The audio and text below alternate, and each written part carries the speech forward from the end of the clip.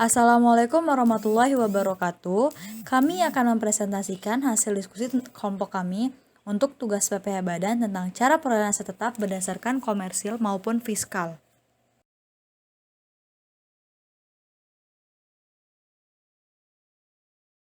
Kelompok kami yang berjumlah 5 orang. Yang pertama, Aska Lintang Rahmanda 197555001.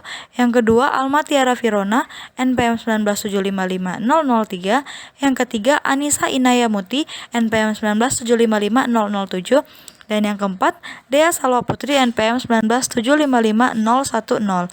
Dan yang terakhir, Sela Lutfia Wahyuningsi NPM 197555036. Aset tetap. Menurut Standar Akuntansi Keuangan Nomor 16, aset atau aktiva tetap adalah aset berwujud dengan kondisi siap pakai maupun dibangun terlebih dahulu dan dipakai dalam aktivitas operasi perusahaan, tidak untuk dijual kembali dalam rangka aktivitas normal perusahaan serta memiliki manfaat ekonomi lebih dari 1 tahun buku atau lebih dari 1 periode.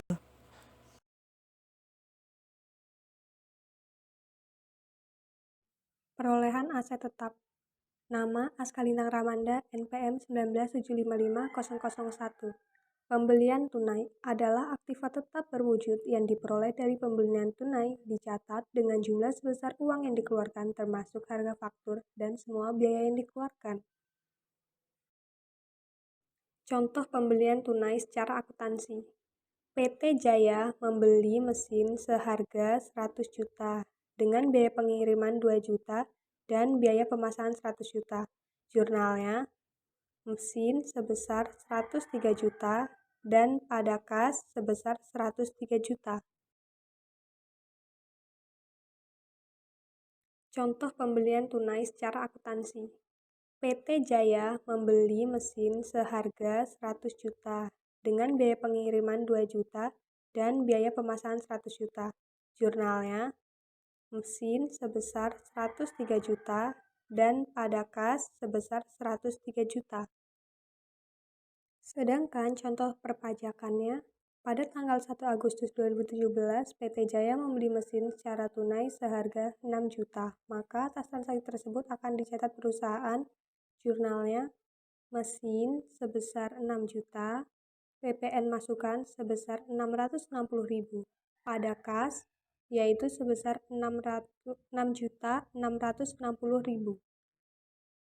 Pembelian kredit atau angsuran, yaitu aktiva diperoleh dengan cara pembelian angsuran.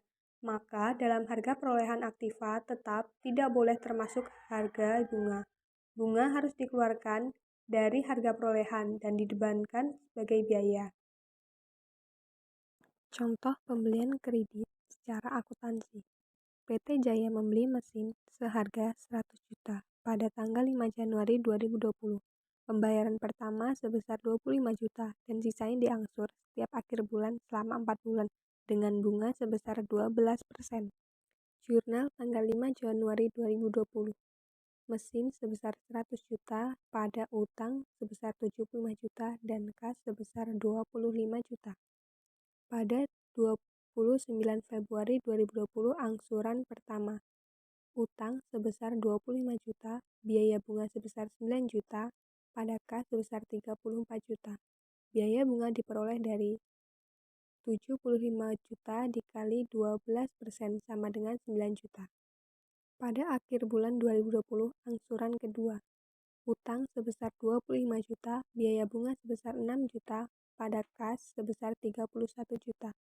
Biaya bunga diperoleh dari 50 juta dikali 12% sama dengan 6 juta. Pada akhir bulan April 2020, angsuran ketiga. Utang sebesar 25 juta, biaya bunga sebesar 3 juta, pada kas sebesar 28 juta. Biaya bunga diperoleh dari 25 juta dikali 12% sama dengan 3 juta.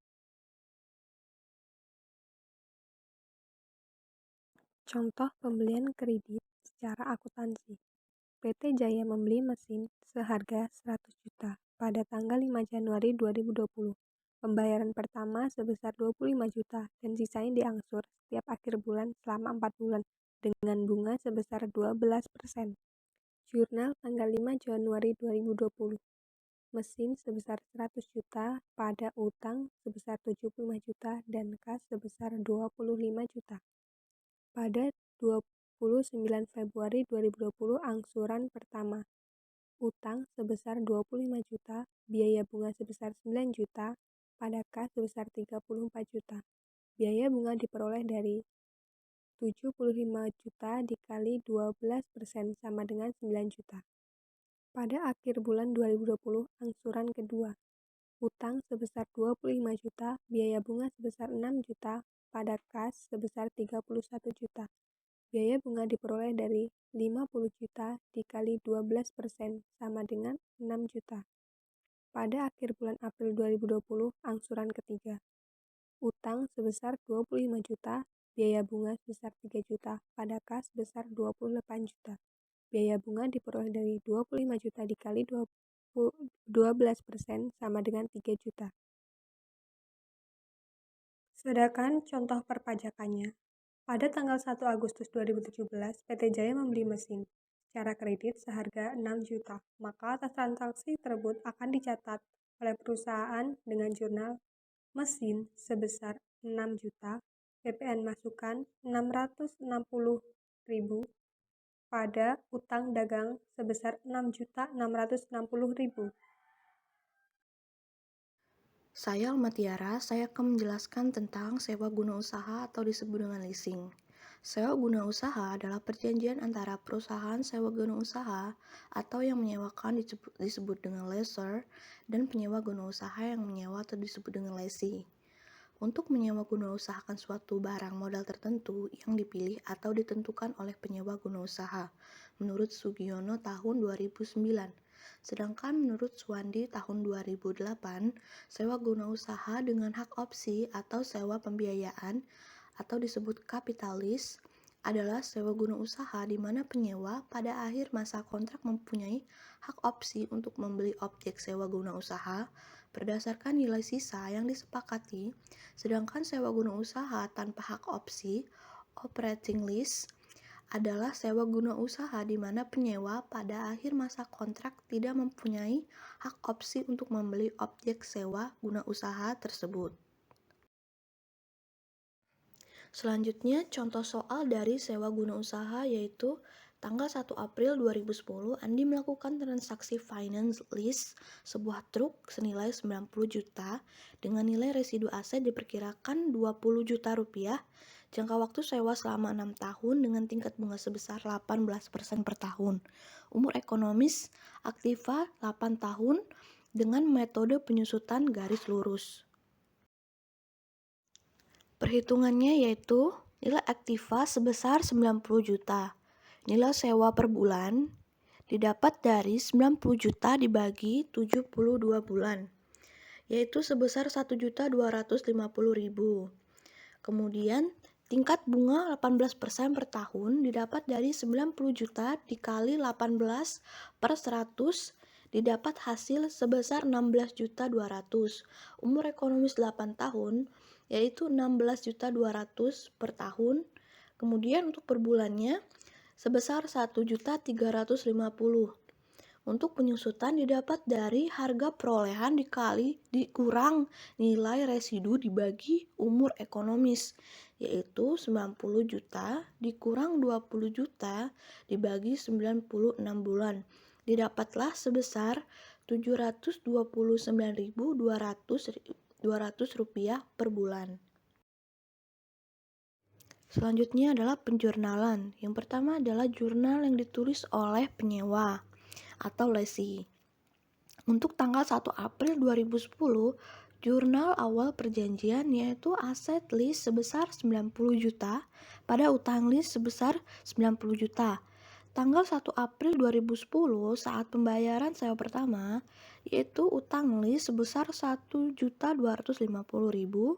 beban bunga sebesar 1.350.000 pada kas atau bank sebesar 2.600. Tanggal 30 April 2010 pengakuan penyusutan aset yaitu beban depresiasi aset lease pada akumulasi depresiasi aset lease sebesar 729.200. Kemudian jurnal yang ditulis oleh penyewa atau lessor. Untuk tanggal 1 April 2010, jurnal pada awal perjanjian yaitu piutang sewa pembiayaan pada aset sewa pembiayaan sebesar 90 juta. Dan untuk 1 April 2010 saat pembayaran sewa pertama yaitu kas atau bank sebesar 2.600.000 pada piutang sewa pembiayaan sebesar 1.250.000 dan pendapatan bunga sewa pembiayaan sebesar 1.350.000. Yang ketiga yaitu aset yang dibangun sendiri. Apa itu aset yang dibangun sendiri?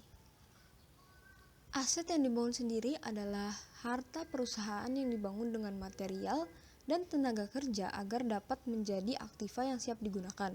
Dan menurut Peraturan Menteri Keuangan Nomor 163 PMK 03/2012 Pasal 2 Ayat 3, definisi kegiatan membangun sendiri adalah kegiatan yang dilakukan tidak dalam kegiatan usaha atau pekerjaan oleh orang pribadi atau badan yang hasilnya digunakan sendiri atau digunakan oleh pihak lain.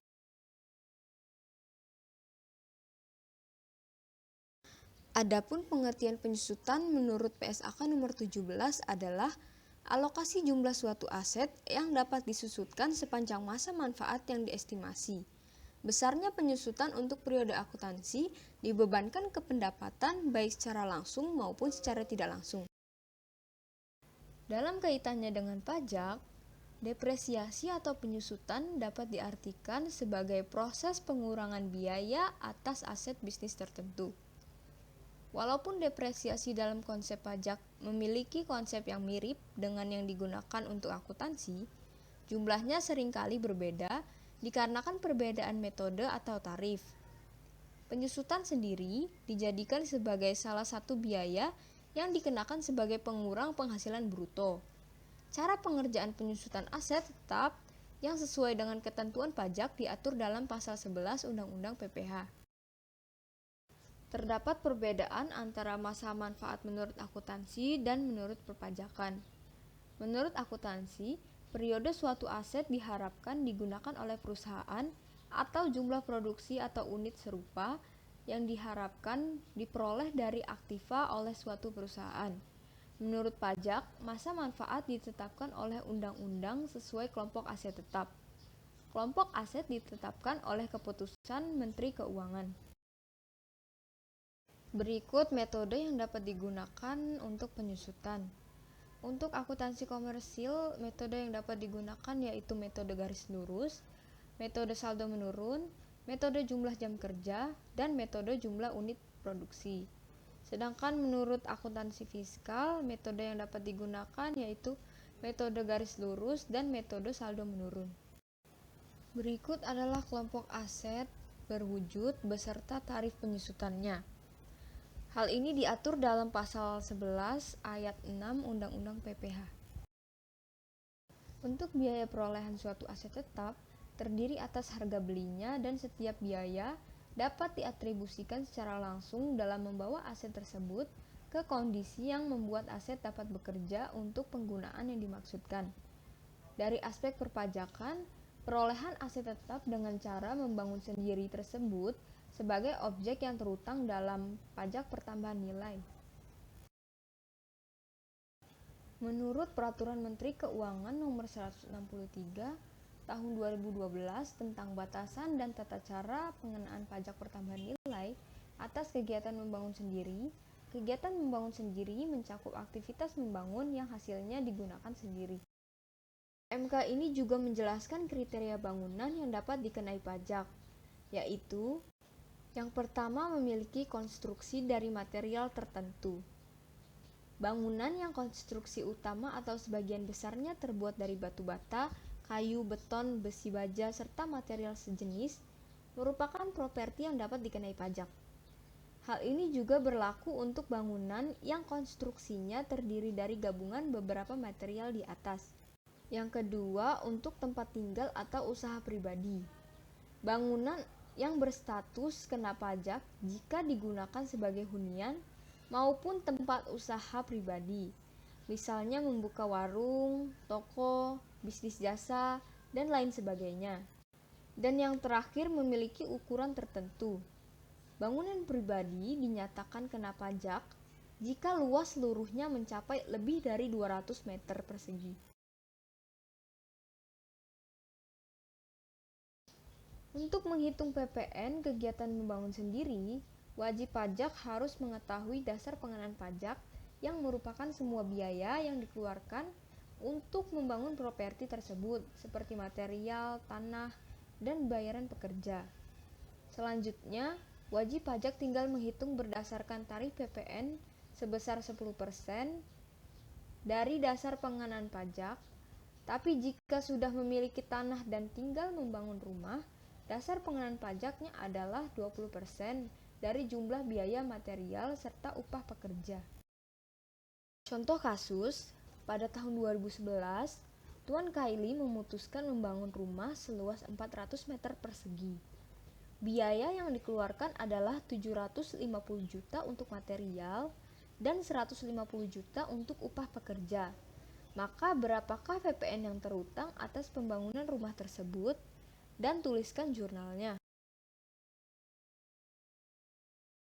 Perhitungannya yaitu sesuai dengan PMK nomor 163 tahun 2012, tarif PPN atas KMS atau kegiatan membangun sendiri yang terhutang adalah sebagai berikut. Adapun jurnal aktiva tetap dibangun sendiri adalah sebagai berikut. Menurut akuntansi, jurnalnya yaitu material bangunan sebesar 750 juta, biaya tenaga kerja sebesar 150 juta, pada kas sebesar 900 juta. Menurut perpajakan, jurnalnya yaitu aktiva tetap sebesar 900 juta, biaya pajak membangun sendiri sebesar 18 juta, pada material bangunan sebesar 750 juta, tenaga kerja sebesar 150 juta, dan kas sebesar 18 juta.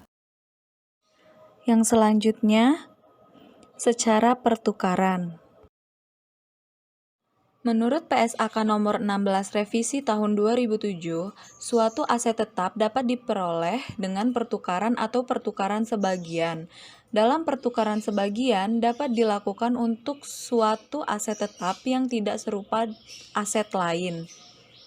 Biaya ini diukur pada nilai wajar aset yang dipertukarkan atau diperoleh yang paling andal, sebanding dengan nilai wajar aset yang dipertukarkan setelah disesuaikan dengan jumlah setiap kas atau serta kas yang ditransfer.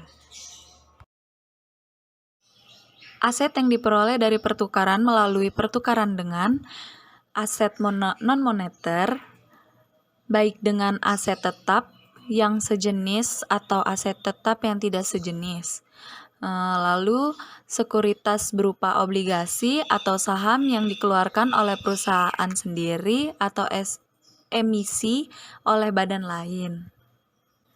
Dalam hal penilaian, sebagaimana telah disampaikan di atas bahwa aset tetap yang diperoleh dalam pertukaran atau pertukaran sebagian untuk suatu aset tetap yang tidak serupa aset lain, biaya tersebut diukur dengan nilai wajar aset yang dilepas setelah disesuaikan dengan jumlah setiap kas atau setara kas yang ditransfer.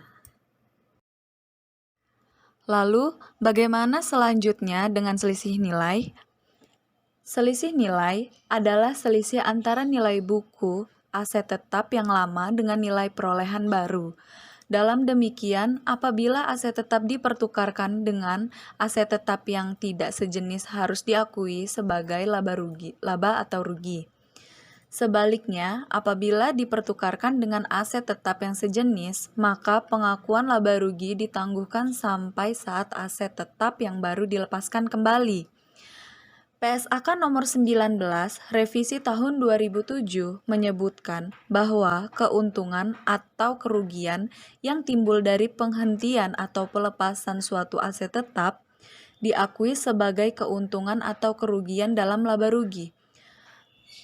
berdasarkan pasal 10 ayat 2 Undang-Undang Pajak Penghasilan yang menyatakan bahwa nilai perolehan atau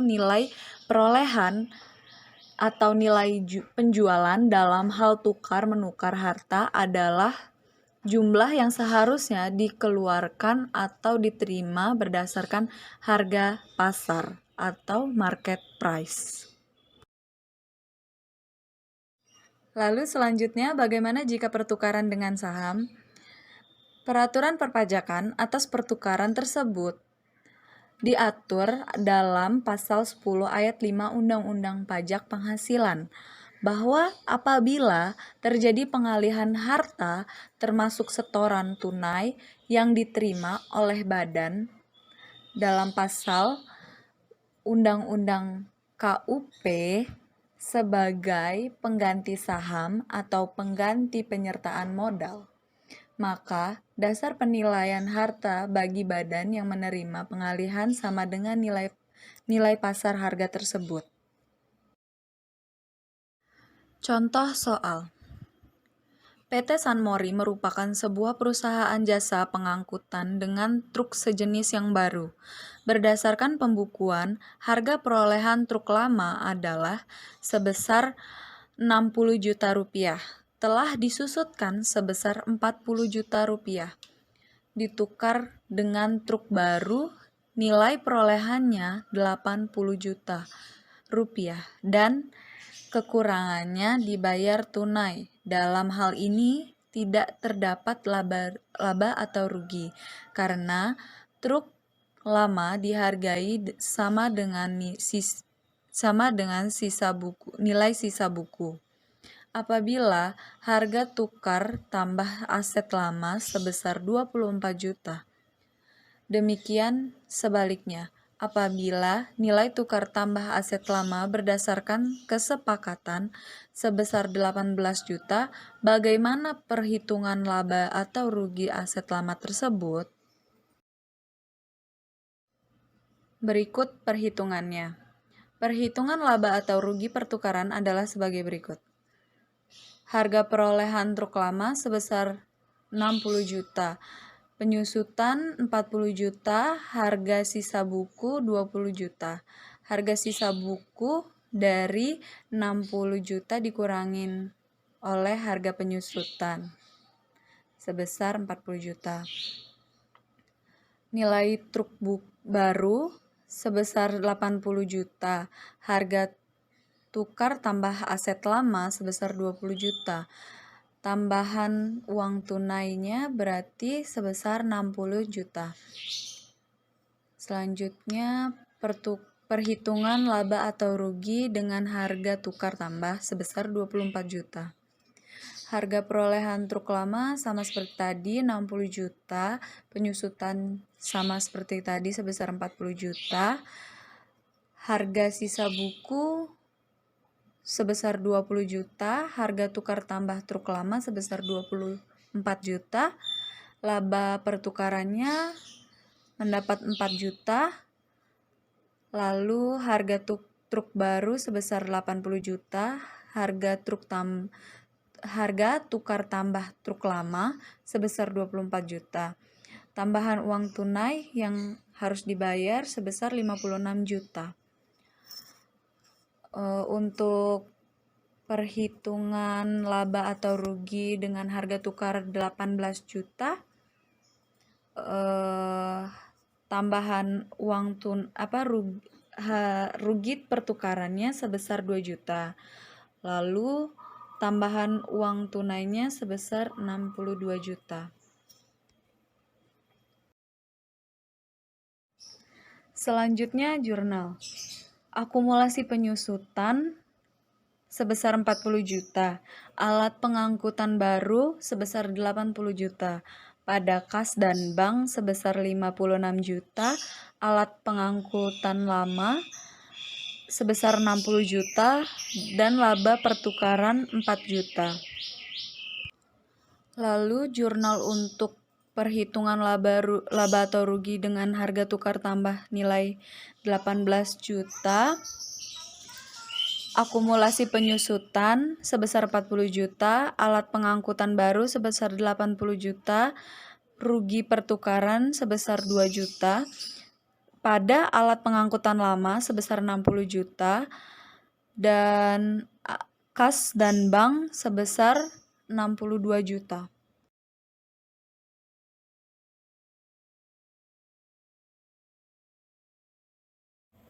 Selanjutnya yaitu donasi atau hibah.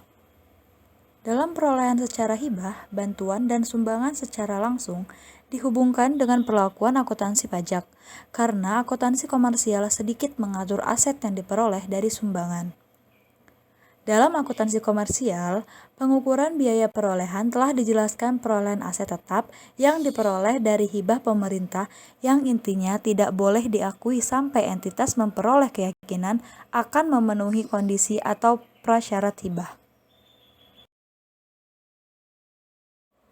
Modal donasi dari sisi akuntansi pajak mengacu pada pasal 10 ayat 4 Undang-Undang PPH yang mengatur hal berikut ini.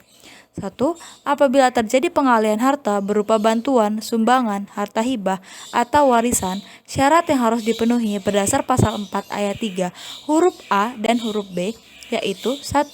Bantuan, sumbangan termasuk zakat yang dibentuk atau disahkan oleh pemerintah atau penerima zakat yang berhak. Yang kedua, harta hibah yang diterima keuangan keluarga sedarah dalam garis keturunan lurus 1 derajat sepanjang tidak ada urusan pekerjaan. Yang ketiga, warisan. Dan selanjutnya, kedua, apabila tidak memenuhi syarat yang diperlukan sesuai pasal 4 ayat 3 huruf A dan B, maka dasar penilaian bagi yang menerima penghibahan sama dengan nilai pasar dari harta tersebut. Contoh soal. Yang pertama, memenuhi syarat pasal 4 ayat 3. Ayat jurnal atas hibah sebesar 300 juta. Jurnalnya kas pada modal donasi sebesar 300 juta rupiah. Yang kedua, tidak memenuhi syarat pasal 4 ayat 3. Jurnalnya kas pada penghasilan sumbangan atau bantuan sebesar 300 juta. Di sini kita bisa melihat perbedaannya. Jika dia memenuhi syarat pasal 4 ayat 3, maka yang dikreditkan berupa modal. Dan jika dia tidak memenuhi syarat pasal 4 ayat 3, yang dikreditkan berupa penghasilan, sumbangan, atau bantuan. Aset tetap yang dihibahkan. Soalnya, aset yang dihibahkan berupa kendaraan dengan rincian sebagai berikut. Harga perolehan sebesar 100 juta, akumulasi penyusutan sebesar 60 juta, harga sisa buku sebesar 40 juta, dan harga pasar sebesar 55 juta.